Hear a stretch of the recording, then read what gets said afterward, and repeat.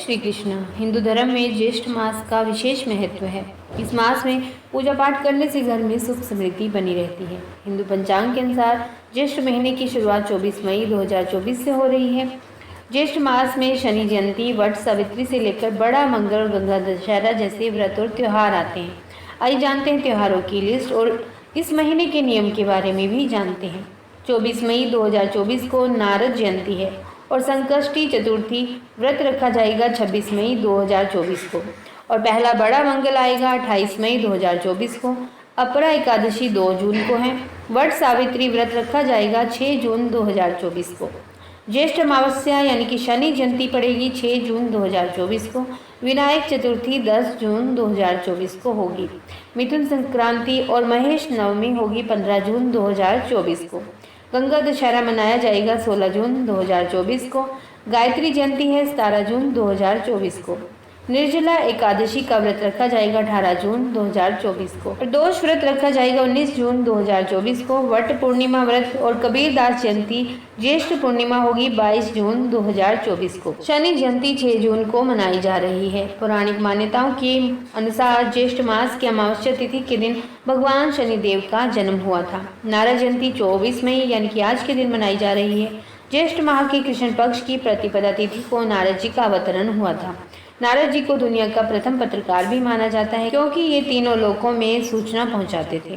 वट सावित्री व्रत 6 जून को रखा जाएगा। कहते हैं कि यमदेव ने माता सावित्री के पति सत्यवान के प्राणों को वट वृक्ष के नीचे ही लौटाया था। वट सावित्री का व्रत रखने से पति की आयु लंबी होती है। 16 जून को गंगा दशहरा मनाया जाएगा। गंगा दशहरे को गंगा अवतरण के नाम से भी जाना जाता है, जिसका अर्थ है गंगा का अवतरण। गंगा दशहरे के दिन गंगा में स्नान करना और दान पुण्य करना अत्यधिक शुभ माना जाता है। ज्येष्ठ मास में पशु पक्षियों के लिए भोजन और जल की व्यवस्था आपको जरूर करनी चाहिए। इस महीने में बैंगन का सेवन नहीं करना चाहिए। कहते हैं इससे संतान के जीवन पर गलत प्रभाव पड़ता है। ज्येष्ठ माह में बड़े बेटे या बेटी का विवाह भी नहीं करना चाहिए। इस माह में जल का व्यर्थ करने से बचना चाहिए। ज्येष्ठ मास में सूर्यदेव की पूजा का खास महत्व है। रोजाना सूर्यदेव को आपको अर्घ भी देना चाहिए। इस महीने में दशपापा हर गंगा स्तुति भी की जाती है। दशपापा हर गंगा स्तुति देवी गंगा नदी को समर्पित एक प्रार्थना है। इस स्तोत्र का जाप करने से भक्त को पिछले 10 जन्मों के पापों से मुक्ति मिलती है और उसे वर्तमान जन्म में किसी भी चुनौती का सामना करने का साहस भी मिलता है। दशपापा हर गंगा दशमी इस स्तोत्र का जाप करने का सबसे शुभ अवसर है कि आप गंगा दशमी के दिन यानी कि गंगा दशहरे के दिन इस स्तोत्र का जाप जरूर करें। गंगा सप्तमी गंगा पूजन को दशा पापा हर गंगा स्तुति का जाप करने के लिए भी शुभ दिन माना जाता है। कि ज्येष्ठ माह में जल के देवता वरुण देव की भी पूजा की जाती है। ऐसे में इस महीने में भूलकर भी पानी की बर्बादी नहीं करनी चाहिए। वहीं इस महीने में गर्मी की वजह से नदी और तालाब का पानी सूख कर कम हो जाता है, जिसके चलते इस दौरान लोगों को पानी की कमी का सामना करना पड़ता है। वरुण देव का दूसरा अर्थ जल देवता भी है। ऐसे में अगर आप इस महीने में पानी की बर्बादी करते हैं तो इससे आपको जीवन में कई कष्ट झेलने पड़ते हैं। इतना ही नहीं, ज्योतिष शास्त्र में बताया गया है कि पानी की बर्बादी से धन की हानि भी होती है। ऐसे में यदि आप भी जल की बर्बादी करते हैं, खास तौर पर इस मास में, तो गरीबी को घर में प्रवेश करने से कोई भी रोक नहीं पाता। ज्योतिष शास्त्र के अनुसार ज्येष्ठ माह में पड़ने वाले प्रत्येक मंगलवार का विशेष महत्व होता है।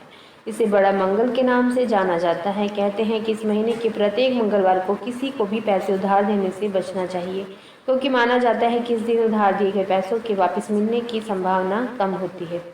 धार्मिक मान्यताओं के अनुसार ज्येष्ठ माह में अगर कोई व्यक्ति आपके घर के द्वार पर आकर जल और अन्न की मांग करता है तो उसे निराश न करें।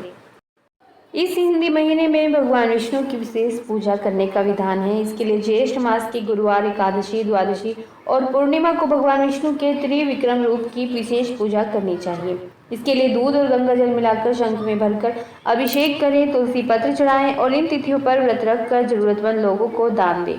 ज्येष्ठ महीने की द्वादशी तिथि को दिन रात उपवास करके भगवान त्रिविक्रम की पूजा करनी चाहिए। इससे गोमेध यज्ञ का फल मिलता है। शिव पुराण के अनुसार ज्येष्ठ महीने में तिल का दान करने से शक्ति और उम्र बढ़ती है। धर्म सिंधु ग्रंथ में लिखा है कि ज्येष्ठ महीने की पूर्णिमा पर तिल का दान करने से अश्वमेध यज्ञ का फल मिलता है। ज्येष्ठ महीने के शुक्ल पक्ष की द्वादशी को मथुरा में रहकर उपवास करते हुए यमुना नदी में स्नान करके भगवान कृष्ण की पूजा करने से अश्वमेध यज्ञ का पूरा फल मिल जाता है। इस महीने की पूर्णिमा पर भी इसी तरह पूजा करके नारद पुराण सुने तो जन्मों के पाप खत्म हो जाते हैं। इस तरह भगवान विष्णु की आराधना करने से वैकुंठ भी प्राप्त होता है।